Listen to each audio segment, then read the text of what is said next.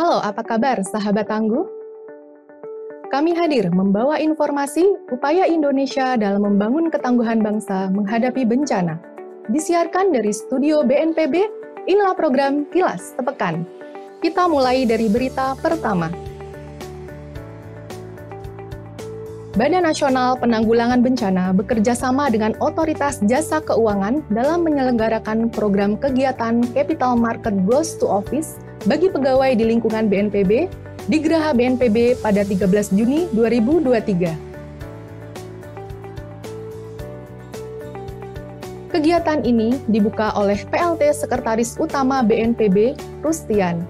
Dirinya menyampaikan pegawai harus bisa mengelola keuangan agar tidak merugikan diri sendiri atau keluarga yang ditanggungnya. Kegiatan ini bertujuan meningkatkan pemahaman para pegawai untuk melakukan investasi pada pasar modal dengan cara yang baik dan benar. Kepala Departemen Perizinan Pasar Modal OJK, Lutfi Zain Fuadi, juga mengungkapkan investasi pada pasar modal harus dengan kehati-hatian, karena banyak masyarakat yang melakukan investasi yang tidak legal.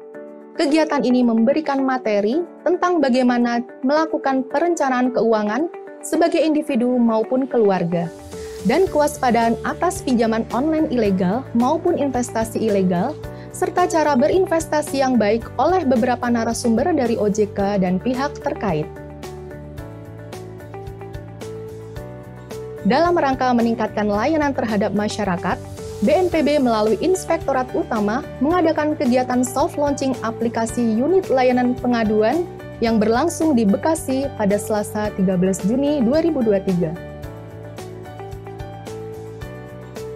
Pembuatan aplikasi tersebut ditujukan agar masyarakat dapat melaporkan jika menemukan adanya indikasi pelanggaran yang dilakukan oleh pegawai BNPB.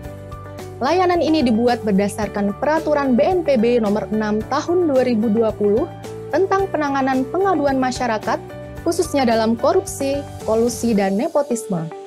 Unit layanan pengaduan ini dapat diakses masyarakat melalui tautan dumas.bnpb.go.id. Saiful Alam selaku Inspektur 3 BNPB menyampaikan, dengan adanya ULP merupakan wujud komitmen BNPB untuk mencegah adanya korupsi, kolusi, dan nepotisme di lingkungan BNPB. Selain itu, kerahasiaan pelapor dan identitas terjamin aman, sehingga masyarakat tidak perlu takut untuk melaporkan hal-hal yang tidak sesuai dengan ketentuan terkait BNPB. Melalui situs dumas.bnpb.go.id, masyarakat dapat menyampaikan permohonan informasi, pengaduan, konsultasi, serta memberikan saran dan masukan dengan nyaman dan transparan sehingga dapat memperoleh kepastian untuk mendapatkan tanggapan yang baik dan profesional. BNPB melalui Kedeputian Bidang Pencegahan menghadiri peluncuran pedoman pengelolaan risiko bencana berbasis komunitas pada 14 Juni 2023. Masyarakat Penanggulangan Bencana Indonesia atau MPBI bersama BNPB dan Kementerian Lembaga serta Organisasi Mitra Kemanusiaan meluncurkan buku panduan Pedoman Pengelolaan Risiko Bencana Berbasis Komunitas atau PRBBK yang disusun berdasarkan pengetahuan dan pengalaman yang telah dilakukan oleh berbagai organisasi di Indonesia. Deputi Bidang Pencegahan Prasinta Dewi menyampaikan kegiatan PRBBK ini menjadi momen yang penting untuk mendiskusikan dan mempromosikan pendekatan berbasis komunitas dalam mengurangi risiko bencana, serta untuk memperkuat keberlanjutan komunitas di berbagai daerah. Prasinta juga menyampaikan agar pedoman ini menjadi acuan bagi praktisi dan pembuat kebijakan dalam mengembangkan strategi serta implementasi program pengurangan risiko bencana yang berkelanjutan. Ketua Masyarakat Penanggulangan Bencana Indonesia, Afianto Amri menjelaskan, program PRBBK ini sudah berkembang pesat di Indonesia sejak 15 tahun yang lalu, dan harus terus didukung dengan upaya pengembangan, pemuktahiran, dan pendokumentasian upaya-upaya serta pengkajian kritis terkait pembelajaran yang didapat baik berupa kegagalan maupun keberhasilan. Pada kegiatan ini diluncurkan juga buku petualangan Perjalanan Menuju Resiliensi di Timur Indonesia yang berisi kisah inspiratif dan pengalaman nyata dari masyarakat di Timur Indonesia. BNPB melalui Pusat Data Informasi dan Komunikasi Kebencanaan menerima kunjungan diorama edukasi bencana dari SDIT Permata Bunda dan RA Al-Ikhlas di Graha BNPB. Pada Rabu 14 Juni 2023, sebanyak 36 siswa dari SDIT Permata Bunda beserta guru pendamping mengikuti kunjungan diorama edukasi bencana BNPB. Kunjungan ini dalam rangka studi visit di akhir semester. Sebelum berkeliling, para peserta berkesempatan untuk menyaksikan edukasi kebencanaan melalui video yang ditayangkan melalui planar video. Selanjutnya, para peserta diajak berkeliling diorama edukasi bencana untuk mengetahui tentang bencana apa saja yang terjadi di Indonesia. Petugas diorama menjelaskan bagaimana antisipasi serta mitigasi ancaman bencana yang dapat terjadi kapan saja. Kunjungan diorama ini berlangsung di lantai 11 dan 12 Graha BNPB, lalu diakhiri dengan sesi dokumentasi bersama. Sementara itu, BNPB kembali menerima kunjungan dari RA Al-Ikhlas Setiabudi pada Kamis 15 Juni 2023. Sebanyak 21 siswa-siswi usia TK dan guru pendamping berkunjung ke diorama edukasi bencana dalam rangka pengenalan dan edukasi kebencanaan. Para peserta mendapatkan penjelasan dari petugas diorama tentang berbagai macam bencana, upaya pencegahan dan mitigasi ancaman bahaya bencana, serta edukasi kebencanaan melalui video dongeng edukasi bencana. Dengan adanya kunjungan diorama ini, diharapkan para peserta dapat memahami berbagai aspek penting seputar penanggulangan bencana yang dimulai sejak usia dini sebagai bentuk antisipasi peningkatan kesadaran bencana yang bermanfaat untuk diri sendiri, keluarga, maupun lingkungan sekitarnya. World Bank dan perwakilan Sekretariat Indonesia Disaster Resilience Initiative Project atau IDRIP secara simbolis melakukan soft launching website pengaduan terkait IDRIP di Bekasi pada Kamis 15 Juni 2023. Bank Dunia dengan pemerintah Indonesia dalam hal ini BNPB dan BMKG bekerja sama melalui sebuah program ketahanan bencana, yaitu kegiatan Prakarsa Ketangguhan Bencana Indonesia atau IDRIP.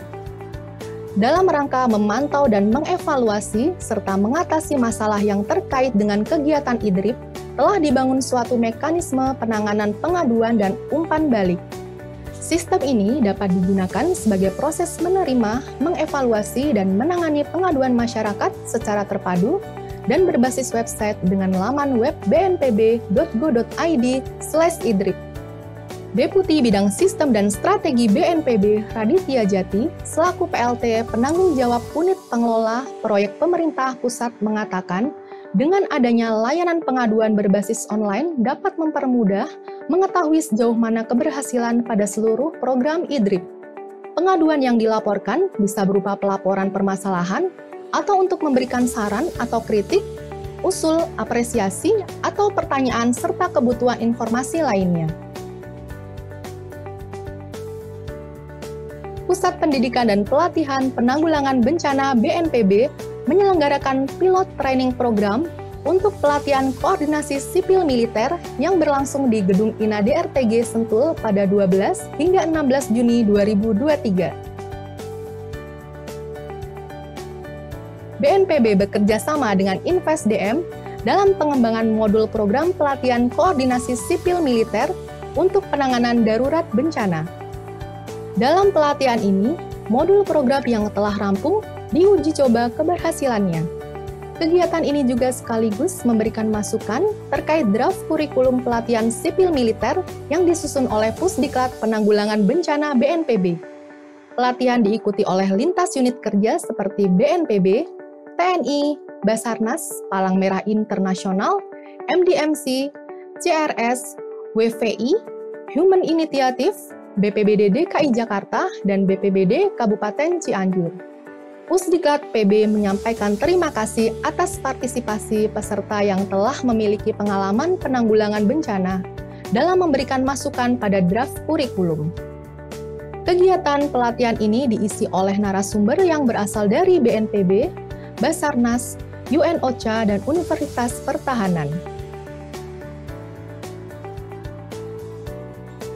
Kepala BNPB Letjen TNI Suharyanto menghadiri undangan Menko PMK Muhadjir Effendi untuk melaksanakan rapat tingkat menteri yang membahas tentang kelanjutan bantuan kemanusiaan bagi negara Republik Vanuatu dan Myanmar di kantor Kemenko PMK Jakarta pada Rabu 14 Juni 2023. Melalui rapat tersebut, diputuskan pemerintah Indonesia akan memberikan bantuan rehabilitasi dan rekonstruksi gedung VIP Bandara Port Vila di Vanuatu yang mengalami kerusakan akibat bencana gempa bumi dan siklon tropis. Bantuan tersebut merupakan tindak lanjut dari dukungan yang sebelumnya telah diberikan kepada negara Republik Vanuatu pada 9 Mei 2023 berupa logistik dan peralatan senilai 7 miliar rupiah. Adapun rencana pembangunan gedung VIP Bandara Port Vila akan dilaksanakan oleh PT Pembangunan Perumahan Persero di bawah naungan Kementerian PUPR dengan besaran dana senilai 14 miliar rupiah. Pengerjaan akan dimulai pada 15 Juni dan ditargetkan rampung pada 23 Juli mendatang. Selanjutnya, dalam rapat juga dibahas terkait rencana pemberian bantuan kepada Myanmar untuk penanganan darurat dan pemulihan pasca bencana siklon tropis Mocha. Pemerintah Indonesia akan memberikan dukungan berupa logistik dan peralatan senilai kurang lebih 7 miliar rupiah dan akan diberangkatkan pada 26 Juni 2023 mendatang. Kepala BNPB Letjen TNI Suharyanto memimpin apel gelar pasukan antisipasi kebakaran hutan dan lahan Provinsi Kalimantan Tengah pada Jumat 16 Juni 2023 di lapangan kantor Gubernur Kalimantan Tengah. Apel gelar pasukan tersebut diikuti oleh personil dari TNI, Polri, BPBD, Manggala Agni, Basarnas, Pemadam Kebakaran, jajaran pemerintah Provinsi Kalimantan Tengah, serta relawan. Apel tersebut digelar untuk memastikan kesiapan personil maupun peralatan yang digunakan untuk mengantisipasi adanya bencana karhutla.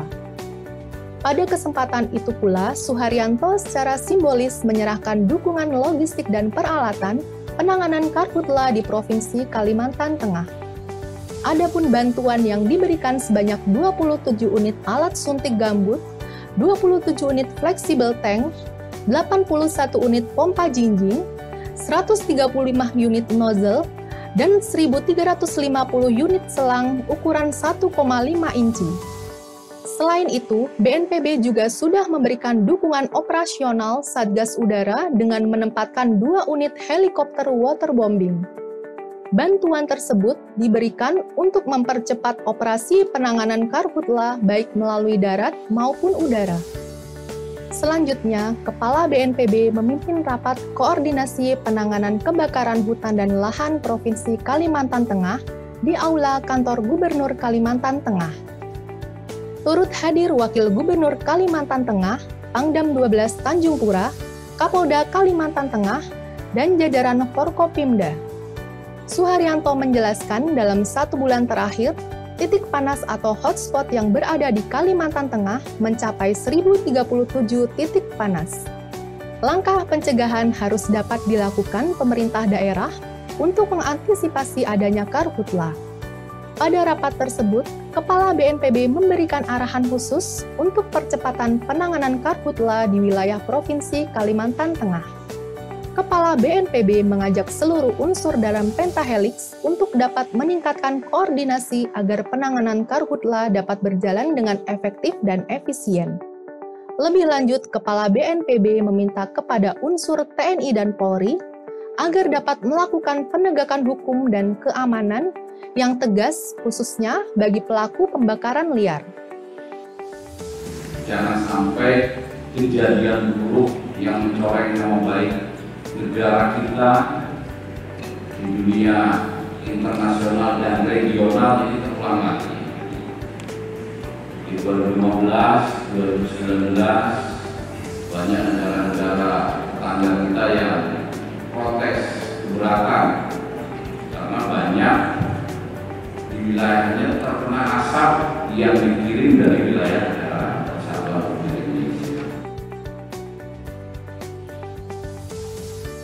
Sahabat Tangguh, demikian giat pelayanan publik BNPB minggu ini yang kami rangkum dalam program Kilas Sepekan.